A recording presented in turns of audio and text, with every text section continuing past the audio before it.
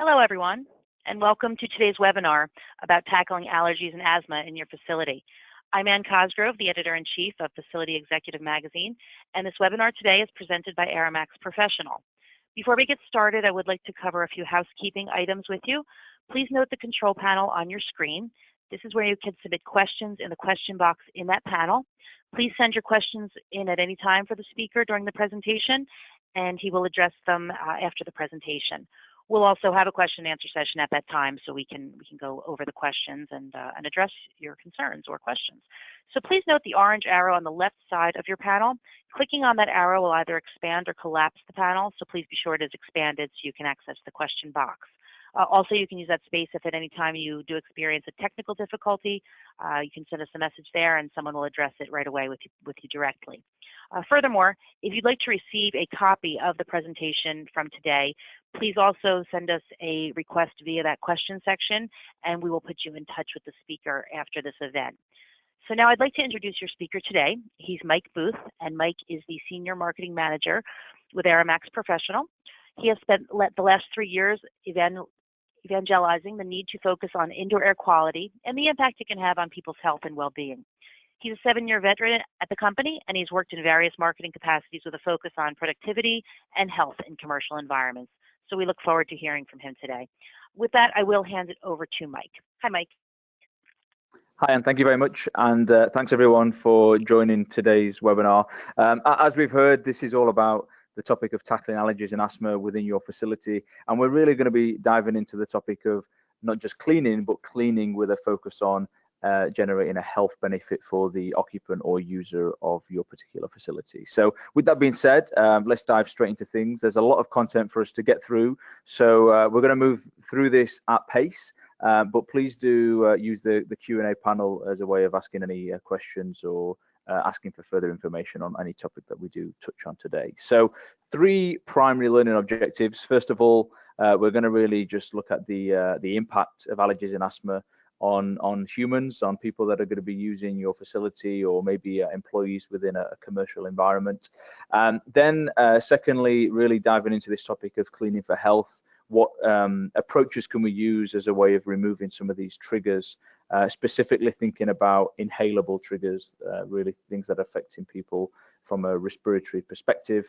And then finally, really looking at some simple approaches as a way of reducing some of these contaminants from facilities and ultimately trying to make an immediate and sustained positive impact. The primary focus is allergy and asthma, but we are going to cover, especially given a lot of the news coverage right now on influenza, we are going to touch on some of the other drivers of what can make indoor air quality go bad towards the end of the webinar today. So I just wanted to flag that. We're gonna touch on another couple of topics as well. So diving into this first subject matter, I think it's always useful for us to be on the same page. These seem like obvious terms. I think we're all familiar and have our own definitions of what we mean by allergies and asthma, but we just like to really ground right at the start of the webinar and cover simple definitions of these 2 terms. So first of all, an allergy, really it's defined as an abnormal reaction of the body to a previously encountered allergen that's introduced by inhalation, ingestion, injection, or skin contact. And there are a number of symptoms that are led to through some form of allergic reaction. So simply put, it's typically an overreaction or a hypersensitive reaction to something that is typically seen as harmless in a normal circumstance. And then asthma, this is really a chronic lung disorder that is marked by recurring episodes of airway obstruction, manifested by labored breathing, accompanied especially by wheezing and coughing, and by a sense of constriction in the chest. And then similarly triggered by a hyperreaction to multiple stimuli. So there's often a crossover between these 2 terms, especially when it comes to respiratory allergies. Often they come hand in hand. Asthmatics will suffer from certain respiratory allergies at the same time. So really just want to frame up those 2 definitions. And then let's just think about the reach of these particular issues to people in the United States today. So around 20% of the US population suffers from some form of an allergy. So that's 1 in 5 people, whether you're dialed in today from a perspective of an education environment, a corporate office environment, or maybe just a public space, that's 1 in 5 people who use your facility, who are an occupant of your facility, who are suffering in some way, shape, or form from an allergy. And then from an asthmatic perspective, around 1 in 10 children nowadays in the United States suffer from asthma. And not only is that number quite scary, 10% of children, but that's a growing concern within children as far as asthma sufferers is concerned. We see a significant trend and increase in the amount of children who are suffering from asthmatic conditions. And because of the impact that air can have, especially on asthma, but also when it comes to respiratory allergies, it comes as no surprise that this is becoming a growing concern as we think about some of the ways that we're evolving and some of the generational changes that we see, especially as we look towards the younger generations. So typically nowadays, especially in the United States, we're spending around 90% of our time indoors. Despite my disguise of a British accent, I'm actually based here at our headquarters in Chicago. So right now that percentage is closer to 100% because we have drastic temperatures outside and quite a lot of snow on its way towards us. But typically that's 90% of our time that we're spending in an indoor environment. Whether it's in education, in a work context, we're typically spending a significant amount of that time indoors, sharing that space with other people. So there's this human-to-human impact when it comes to some of these issues as well. And then it comes as no surprise, it's the most obvious statement I'll make in the whole webinar today: we'll breathe. It's something that we really can't avoid. And let's think about this daily breath intake in comparison with some of the things that we're regularly consuming. So typically speaking, we should be drinking around 2.5 cups of water on a daily basis. Just under 5 pounds of food on a daily basis should be our target consumption. From a perspective of breathing, we're breathing completely subconsciously 3,000 gallons of air every single day.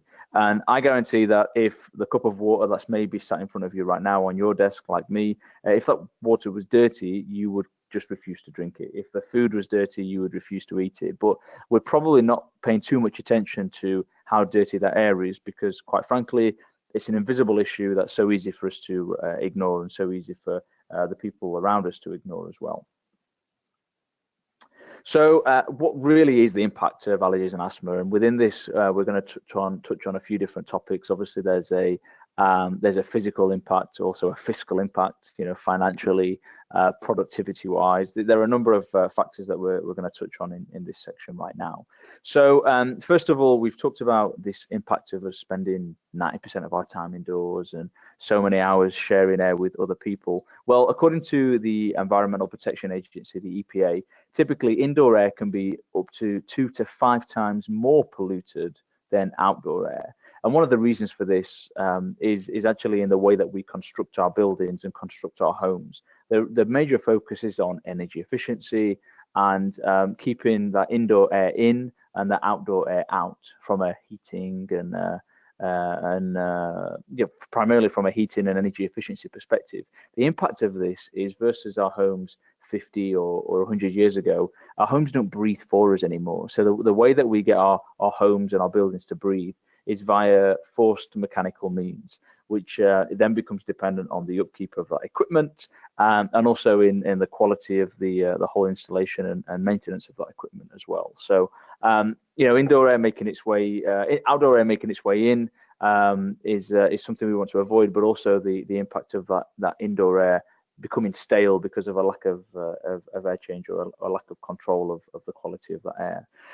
And then really allergies and asthma also really appear on the top offenders list when it comes to being serious conditions and serious illnesses for people here in the United States. So allergies is seen as the 6th leading cause of chronic illness in the US, and work-related asthma is a prevalent, well accepted occupational lung disease. So these aren't just inconveniences, especially for people who truly suffer from these issues. This is really an impact on quality of life, an impact on health.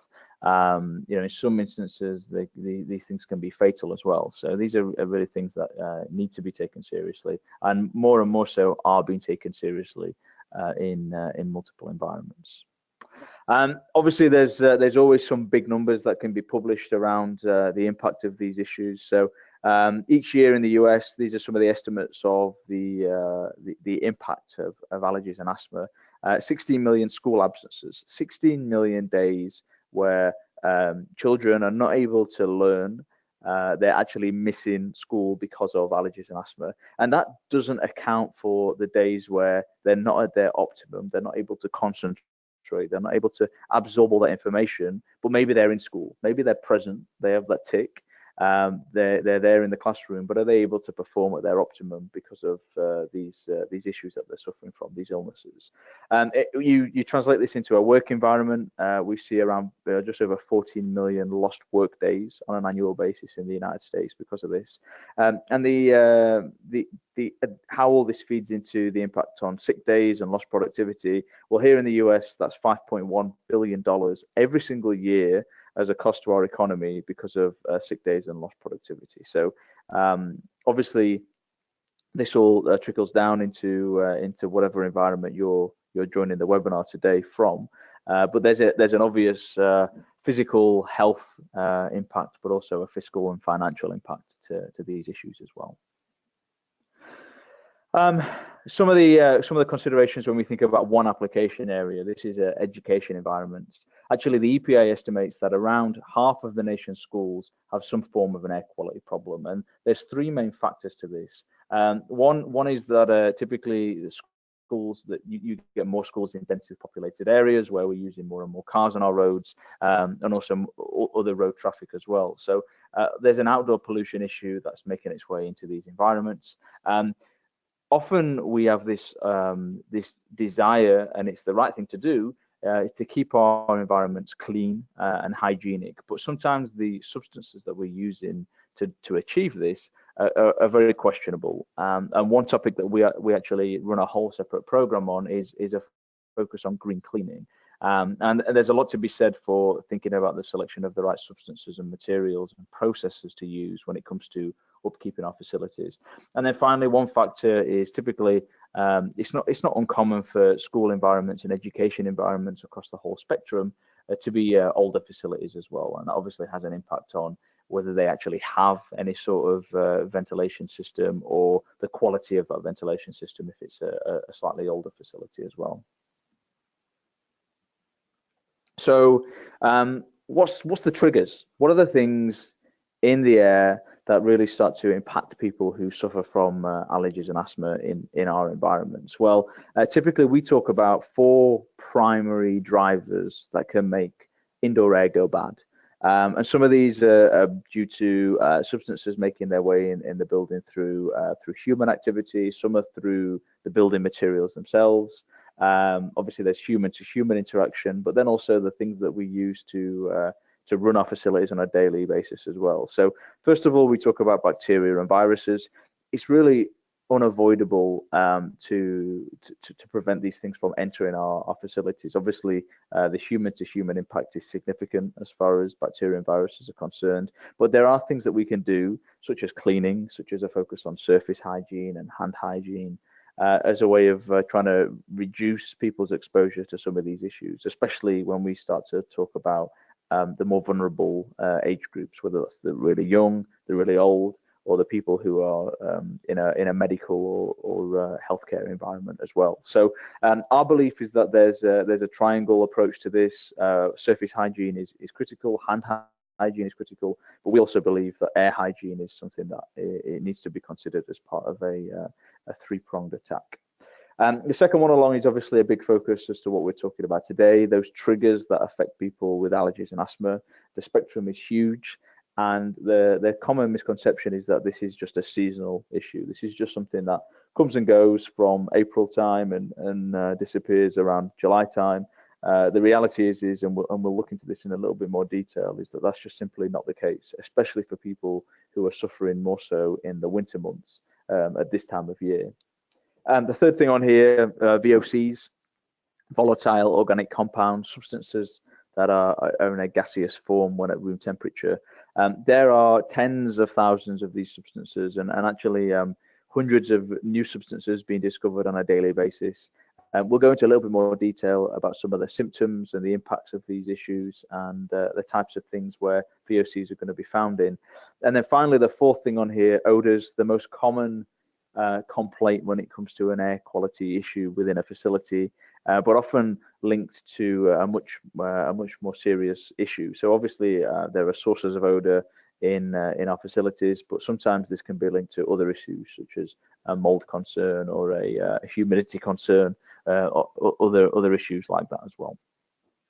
So what we're going to do is we're going to dive into some of these topics in a little bit more detail. And the first one we're going to explore, due to the nature of today's focus of the webinar, is around allergy and asthma dust mites. So this is something that really is going to be just as prevalent during the non-pollen months as it will be in the pollen months. And oftentimes people are more so impacted at this time of year, when typically we're spending more time indoors. We're less likely to have open windows and open doors because of temperature control and energy efficiency. And dust mites are typically very closely linked, one of the real bridges between people who suffer from allergies and people who suffer from asthma. So it affects people, around a quarter of people with allergic diseases, and around 50 all the way up to 80% of asthma cases, depending on which part of the US you look at, are linked to dust mites and dust mite feces being a common trigger. So one of the most obvious things, one of the real all year round triggers that we can pay attention to, but really one of the things that is quite easy to deal with through a few simple approaches. I already touched on this a second ago. Some of the substances, some of the triggers and allergens that are seasonal, so tree pollen typically will start to appear in our air from springtime through to the end of summer.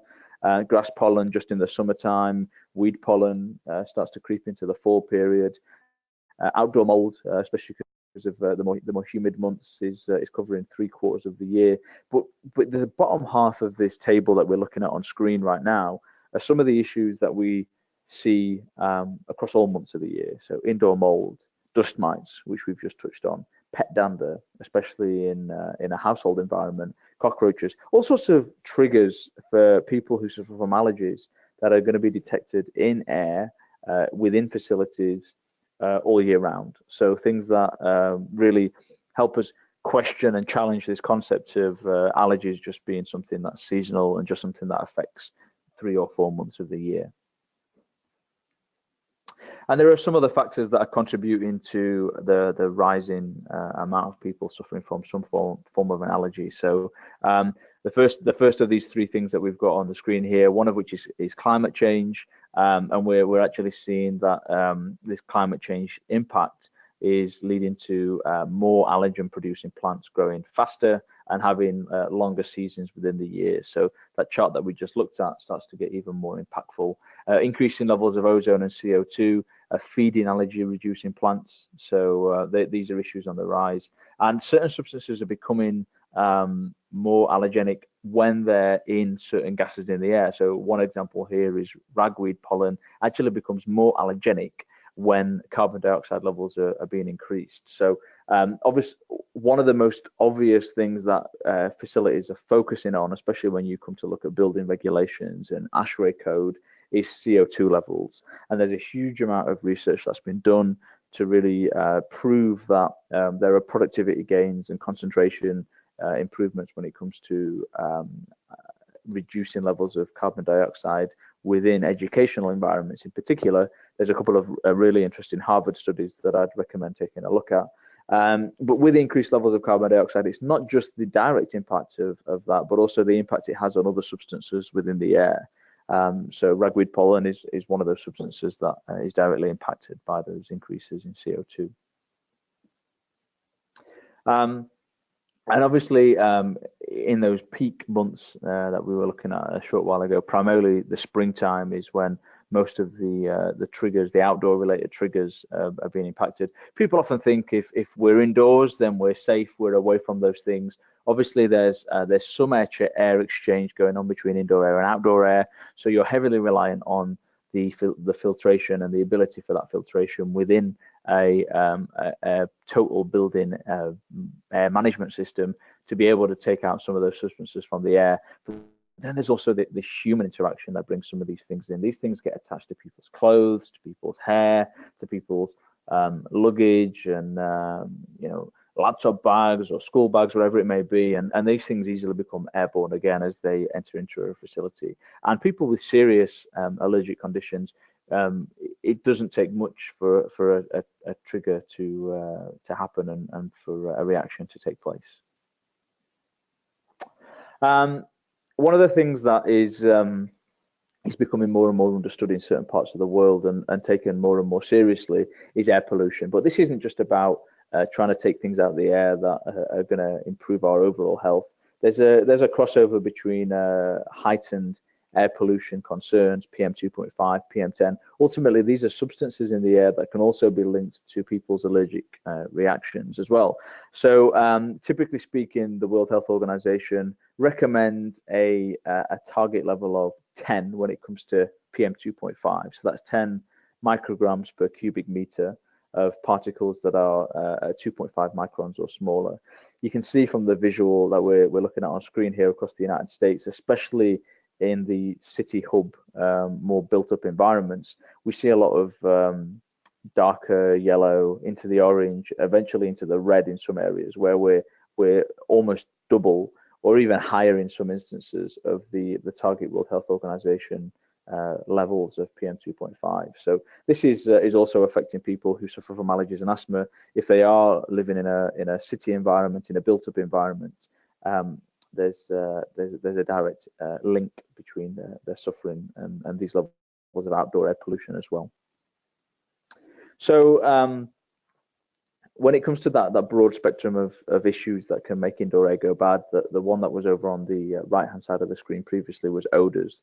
The most common detectable, easy to complain about issue when it comes to air quality within an indoor environment. So often the approach, especially in restroom and bathroom environments, the approach to deal with odors is to use other odors and fragrances to mask the issue, which is fine as a way of trying to create the perception of the problem being removed.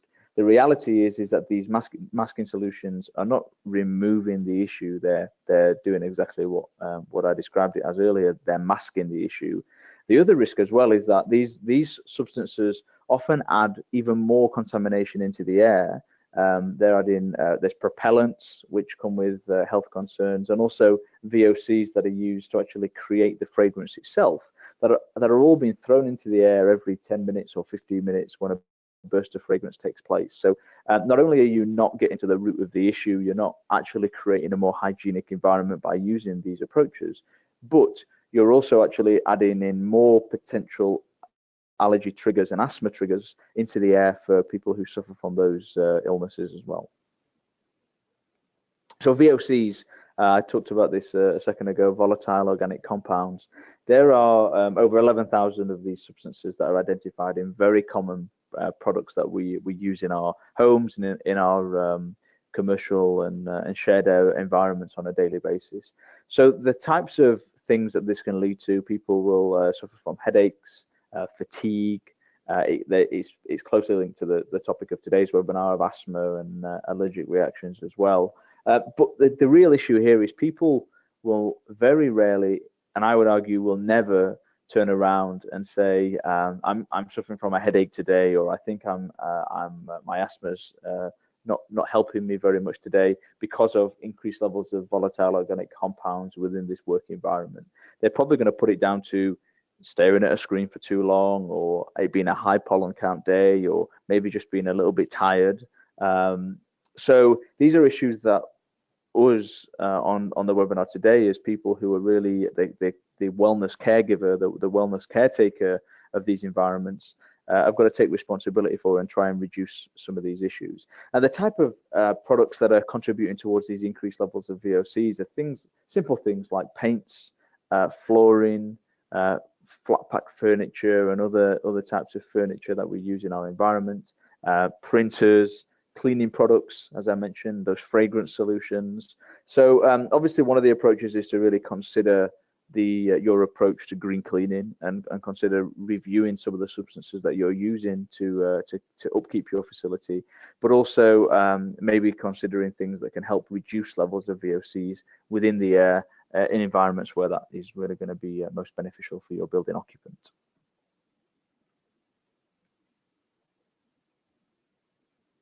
So how do we measure the benefit?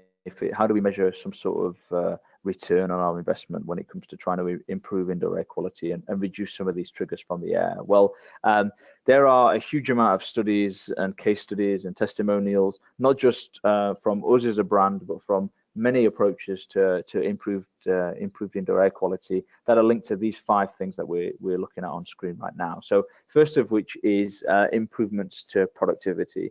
And I touched on briefly those Harvard studies that have taken place, and there's more work being done right now on this topic. There's also a couple of really interesting studies from Europe on this topic as well, where they've really looked at students' abilities and workers within a work environment's abilities to carry out a number of different tasks, whether that's simple processes, whether it's retain information, whether it's think creatively, think strategically, use their initiative. And not all of those types of processes, but some of the more challenging topics, they're directly impacted and worsened in terms of the time it takes and the quality of the output with worse air quality conditions. So that's certainly something to bear in mind. Reduced levels of absenteeism. So obviously productivity is a discussion really about presenteeism. How do we make sure people are performing at their best and can really make magic happen when they're in an education environment or a work environment? But then the most obvious measure is the absenteeism as well. So we want as many people in the workplace as possible or in an education environment as we possibly can do. The third one is covers a multitude of facility types, but especially a public environment where you've got some sort of customer reaction, especially a paying customer perception. Taking a proactive approach to improve indoor air quality can be really closely linked to improved facility perceptions, especially if you're taking out some of the obvious things like odors and if it's an environment that enables people who suffer from these conditions to really thrive and have an improved quality of life whilst they're spending time in your facility. There's really a lot to be said for that. Facility perceptions closely links to the fourth one on here, the reduction of complaints, especially when it comes to odors, which is a really common complaint when it comes to indoor air quality. And then ultimately, this is an approach that's not right for everyone, but if you're involved in the type of facility that wants to create an environment that's all about having a place where people can come to be at their best, which is really what a lot of people who work in this type of field are really driving towards and striving towards. So if you're really about trying to create a positive, more health-focused environment, then air quality is one of the factors that need to be taken seriously. So one of the big stats from one of these studies that I mentioned on that previous slide was the cognitive assessment. So they were actually looking at the people's ability to retain information and carry out certain tasks, and they actually saw up to 61% higher scores, higher performance in cognitive assessments when this was being measured as a comparison between standard air quality conditions and improved air quality conditions. So these were controlled environments where a number of air quality indicators were being taken into consideration, and there's really significant improvements that were being seen here, over up to 61% in some instances. And we talked a little bit about some of the big numbers of the billions of dollars and the millions of days that are lost because of some of these issues. Well, let's translate this right down to the cost of one person taking sick leave on an annual basis within your environment. The average cost of this is just over $2,500 here in the United States. So anything that can contribute towards reducing absenteeism, but also making people at their best whilst they're in your facility, is something that I'm sure most financial controllers would be very interested to hear about. And I said right at the top of the webinar that as well as the focus on allergy and asthma, we're going to touch on a few different topics when it comes to indoor air quality. So one that's really dominating the press right now, as far as an air-related issue, is the influenza. And often people believe as long as we keep our surfaces clean and keep washing our hands and use alcohol gels, then we'll be ready. And obviously they are key approaches to maintaining a high standard of hygiene. But the CDC actually will quoted to say that air is the most common transfer of the influenza virus. It's the most common way for that to be transferred from person to person. And obviously one of the common approaches which we all hear about and many of us do is to take the flu shot. Well, last flu season, so we're talking about the 2016-2017 flu season, there are 4 options here. How effective was the flu shot in preventing the contraction of the flu virus? Well, maybe some of you are fully aware of this, but I'm sure some of you will be surprised to learn that it was actually 19%, so the lowest of the figures that we see on screen here. So even something as promoted as this is really not going to be the single thing that we can do to prevent contracting diseases and illnesses like the flu.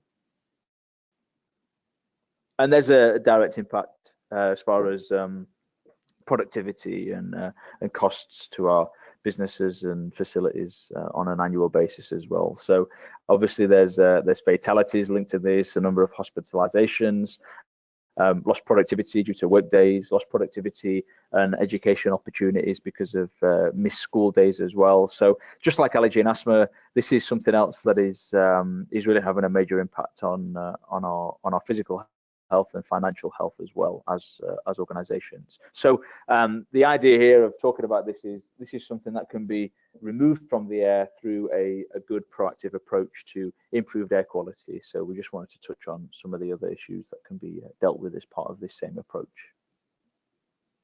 And the reason this closely links to allergy and asthma at the same time, but this image is really focused on the spread of influenza, is it's the small, more infectious droplets or particulates that remain airborne for a much longer period of time and are therefore able to travel a much longer distance. And this applies directly to allergic triggers that we find within our indoor air environment, such as the dust mite feces, the pollens.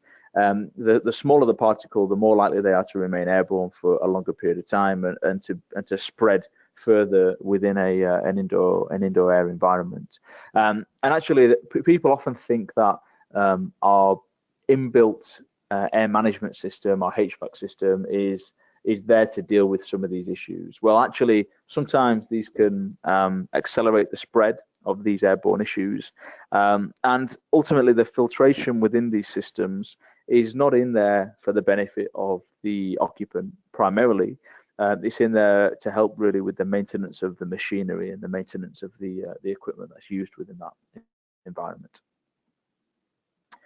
And this is a really obvious statement, but people's first impression of an environment really sticks for a long time. It's really hard to change that. So anything that can be done to improve a customer or employee's perception or a student's perception can really benefit the impression that they have of that environment.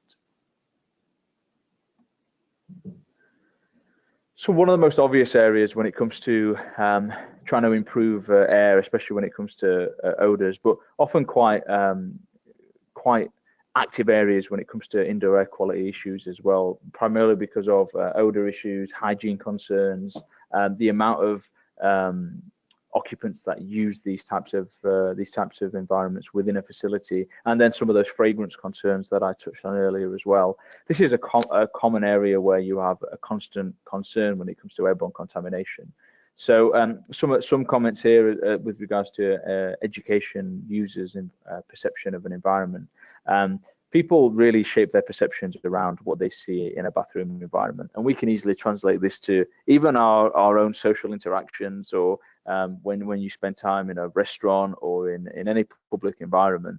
Is it really does say a lot about an organization, says a lot about a company's approach to hygiene when you see their bathroom environment. So people will typically avoid repeat being a repeat customer to an environment. And the example here is around 60% of students would avoid a restroom even if they needed to use the facility if their perception was poor.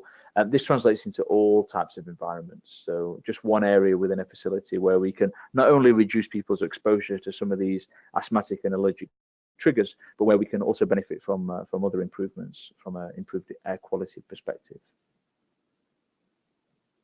And then, there are 3 primary complaints that we can link to this approach as well. Typically, a facilities person doesn't receive many phone calls saying, I really appreciate that. There's no smell in the bathroom today. My asthma is not playing up, and all my light bulbs are working perfectly well. Thank you very much. It's normally the opposite. It's people complaining because they're suffering, or they see an issue, or their perception is poor. So odors is the most common complaint, but people who do suffer from allergies will be very aware, especially if it's an environment that they spend a number of hours there on a daily basis and many days there on a weekly basis. They will know exactly where their allergies and asthmatic conditions are the worst. So those people are certainly people that I would recommend speaking to within your environment when it comes to trying to take a proactive approach to improve the environment for asthmatic and allergic sufferers. And this really wraps up that whole point around that triangle approach of 3 primary factors. So obviously surface hygiene is key and continues to be taken very seriously. Hand hygiene, which is an extension of our hard surfaces. But the thing that we think is often ignored the most is air quality. So our belief is that for a truly clean facility, the air quality has got to be considered as part of the overall holistic cleaning approach.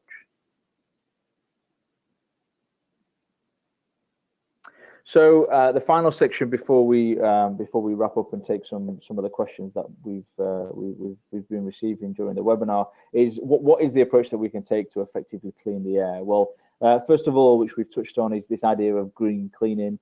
Really think about some of the substances that you're using, especially when it comes to chemicals, that can be negatively impacting the air quality within your environment. So anything that has high content of VOCs should really be reconsidered. Also, the other approaches to cleaning can also impact people with allergy and asthma. So just simply the time of day that vacuuming takes place. Vacuuming is a really has a significant impact on airborne triggers for people with asthma and allergies. So that being done at the end of a day versus at the start of a day can really have a significant impact on people who suffer from allergic conditions. And then also the broader materials used within an environment that can also impact indoor air quality. So this links with some of those VOCs that we talked about a second ago.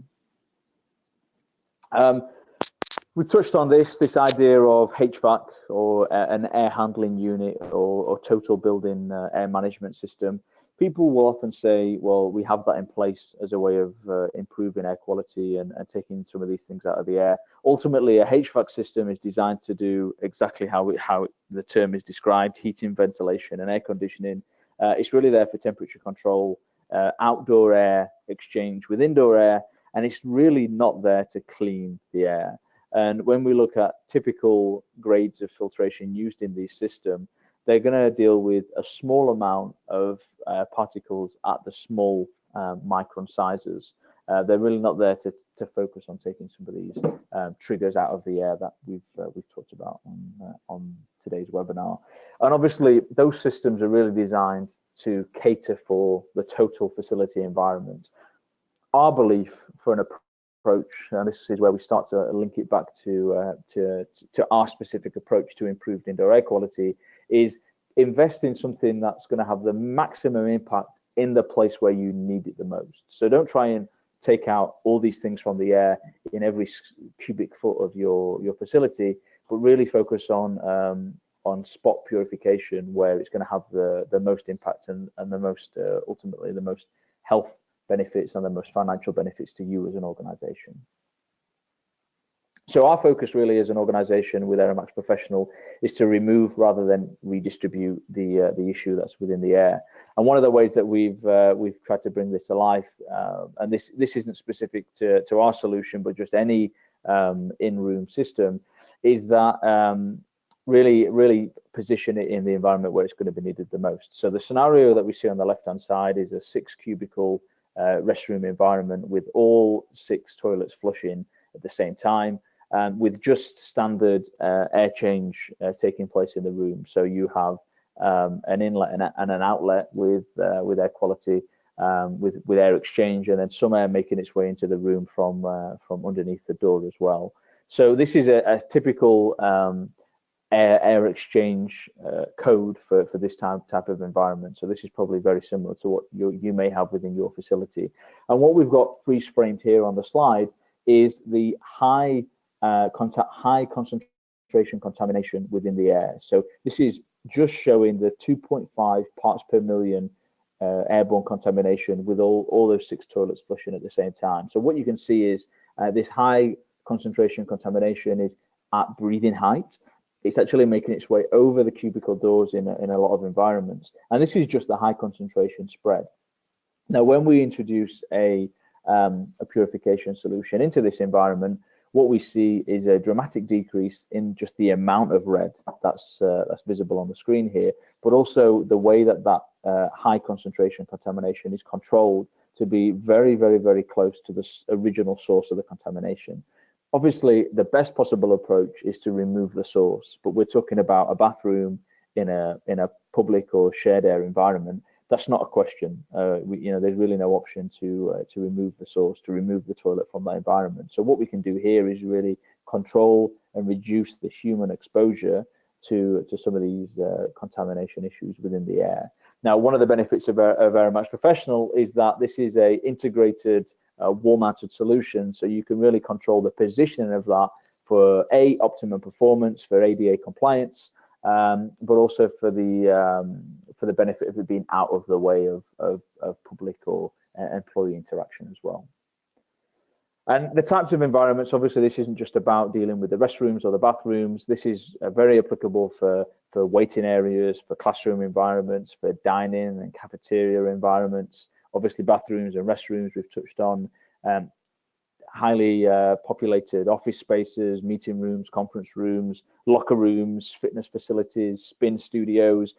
We've really got these units installed in a huge spectrum of application areas here in the United States and on a global level as well. So anywhere that can benefit from improved indoor air quality is going to benefit from a system like this. And then specifically when it comes to allergy and asthma as a topic, I believe that we are one of the only commercial solutions on the marketplace today in the United States, which has this official certification from the Asthma and Allergy Foundation of America. So we are certified to be asthma and allergy friendly as an air cleaner available on the marketplace today.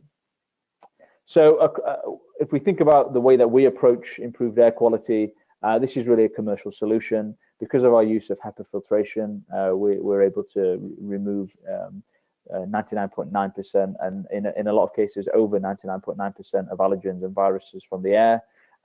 We have H1N1 certification for 99.99% removal within a time frame of 35 minutes. Significant reduction in odors and VOCs thanks to active carbon filtration. Real automatic set it and forget it technology. So we use a combination of air quality sensor, motion sensor, and sound sensor. So the unit works harder when the air is bad, but also can work harder depending on the level of occupancy within an environment as well. So that's all thanks to the EnviroSmart technology that we built into our systems.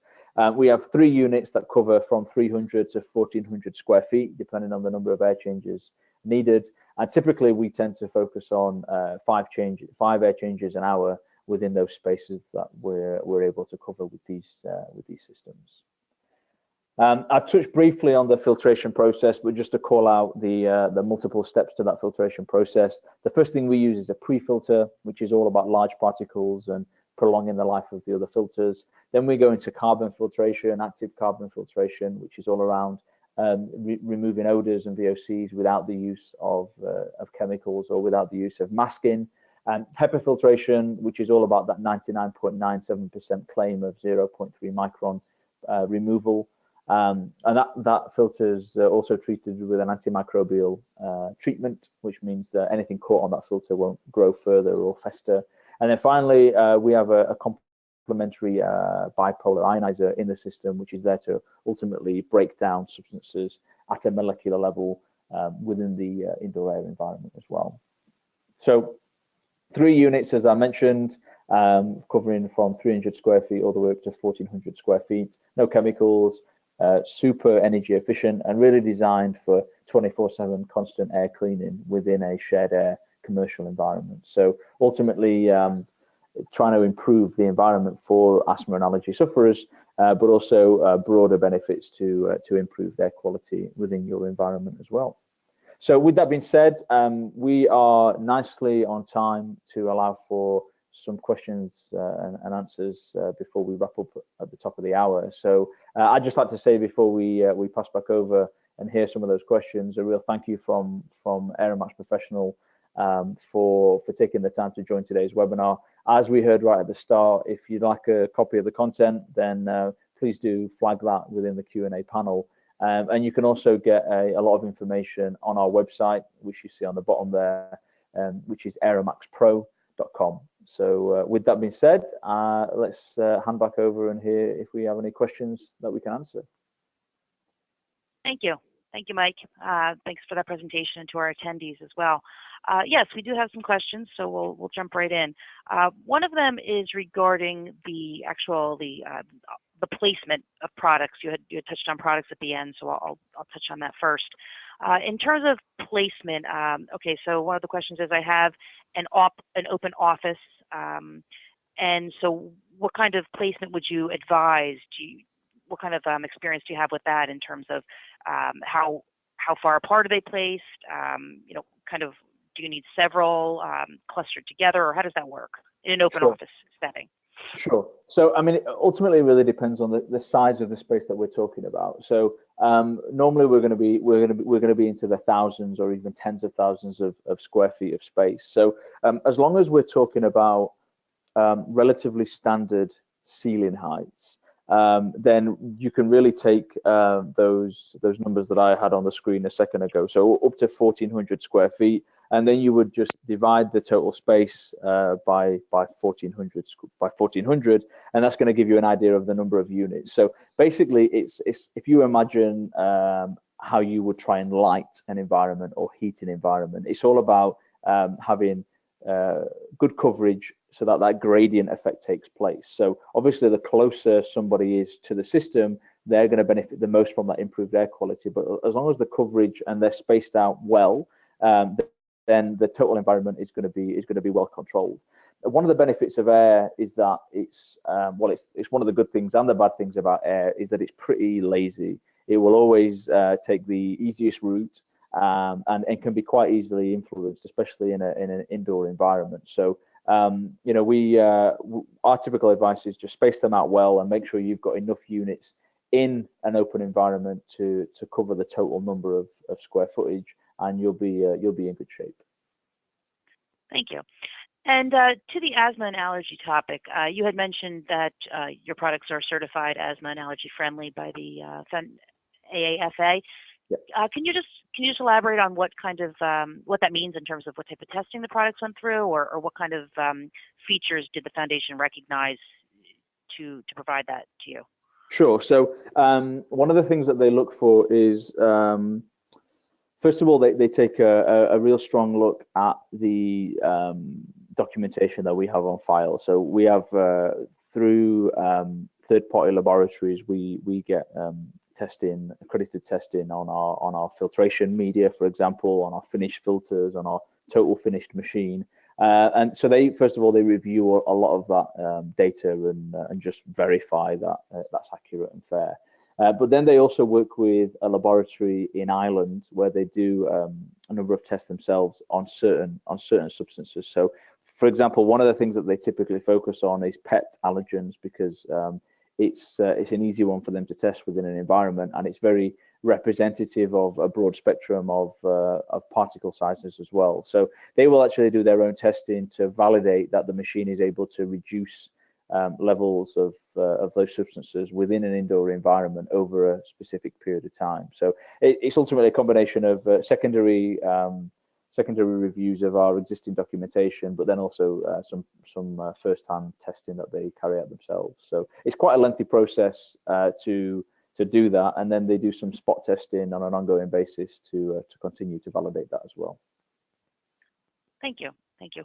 And I actually want to touch on something you mentioned about the VOC filtration, and this is having to do more with VOCs with around printers that we've heard about in the industry. VOCs being given off by printers that might be in offices and obviously other settings. So, does your product address this type of VOCs? And have you had any installations in terms of printer rooms where there's a cluster of printers? I mean, have you gotten into that scenario at all? Yeah, within education environments and some office environments, we've done.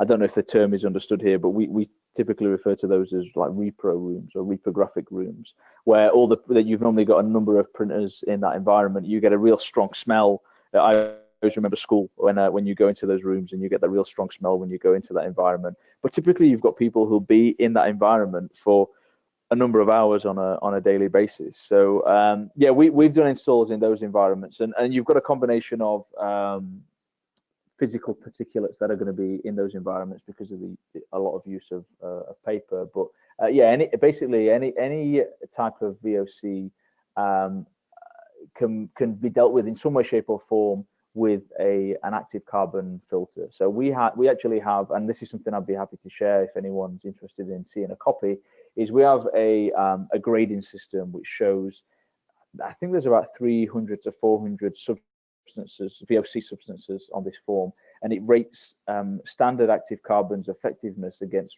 reducing levels of those substances from the air. And it's a grading of 1 through 4, and most commonly the factors that we're dealing with in a printer environment or a reprographics environment rates a 3 or a 4. So active carbon is seen as a highly effective way at taking some of those issues out of the air.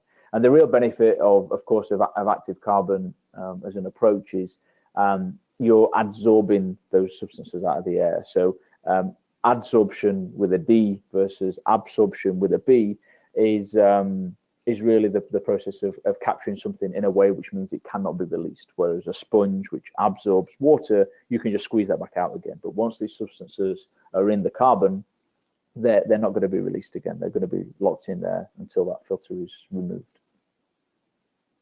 Thank you.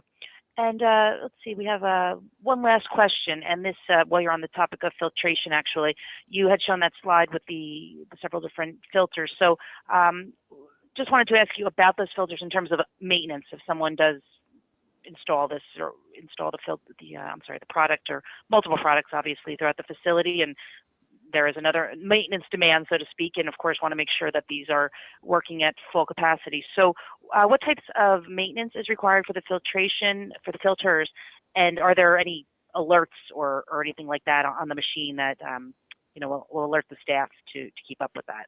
Sure. Yeah, so so the two primary filters that we have in the unit are the carbon filter and the HEPA filter. So typically the carbon filter is every 6 months, and then whenever you change that carbon filter, you're going to change the pre-filter at the same time. And then the HEPA filter is once a year. So it's nice and simple. It's not so frequent that it becomes a real headache, but it's frequent enough that the unit can continue to perform at its optimum. So there's really it's kind of two directions with the filter changes. So the carbon is something that has a lifespan because of that adsorption technique. Once it's at capacity, then it just stops being effective. The HEPA filter is kind of strange in the way that once a HEPA filter is a day old or 2 days old, it becomes more and more effective as time goes on. But the issue is, as it becomes more and more clogged, it actually is able to move less air. So a filter that's been in use for a year is actually the best possible filter you could be using, but it just reduces its airflow to the point where it stops being able to cater for that amount of space. So yeah, 6 months for a carbon and once a year for the HEPA filter. And then the unit will smartly indicate when the filter is at 90%, both of those individual filters, when they're at 90% of their lifespan, and then when they're at 100% of their lifespan, just to give you an early indicator and then a final indicator that it's time to change those filters out. And actually, one more question. And Mike, could we see that slide that had, it was about 2 slides back maybe, that had the filters shown, since we were describing those? Yes, right there. And I actually had a follow-on question, and then we will close out. And I thank everyone for the questions. In terms of the allergies and asthma that you had talked about today, is there a specific type of filter here that addresses that, or is it more of a combination, or what, I guess, what technology is addressing the asthma and allergies is my question. Yeah, no, that's a good question. Thank you. So if we look at the total spectrum of triggers for people with allergy and asthma, especially respiratory allergies, then typically it's a physical substance, a physical particulate within the air that's going to be the primary trigger. So the real workhorse in our filtration process to benefit those people is the HEPA filter, because of the ability to take out 99.97% of those particles down to the size of 0.3 microns. And just to put that size into perspective, if you take a hair off your head, the diameter of that hair is going to be around 70 to 80 microns, so 70 to 80 microns. So when we talk 0.3, these are the things that you absolutely cannot see with the human eye. The human eye normally stops being able to see those things at 15 to 20 microns in size. So those real fine particles that get into your respiratory system and even into your blood flow are the things that are triggering the majority of those issues. But then obviously you have people who are hypersensitive to certain chemicals in the air. So that's when the use of a carbon filter at the same time becomes a benefit. So holistically, the total approach of our 4-step process is pretty solid here. It's very well accepted, very well understood in the marketplace, carbon and HEPA filtration. But the real workhorse is the filter that's taking out those physical substances, so the HEPA filter. Well, thank you. Thank you for touching on that. So I will, it looks like we are out of time, so I want to thank you, Mike, for the presentation. It is a lot of good information. Thank you. Thank you so much. And I'd also like to thank Aramax Professional for sponsoring this event, and of course to our audience for attending today and participating. A recording of this webinar will be available online at our website, and that's facilityexecutive.com, as well as at the Aramax Professional website, and that's aramaxpro.com. So thank you again, everyone, and have a great afternoon.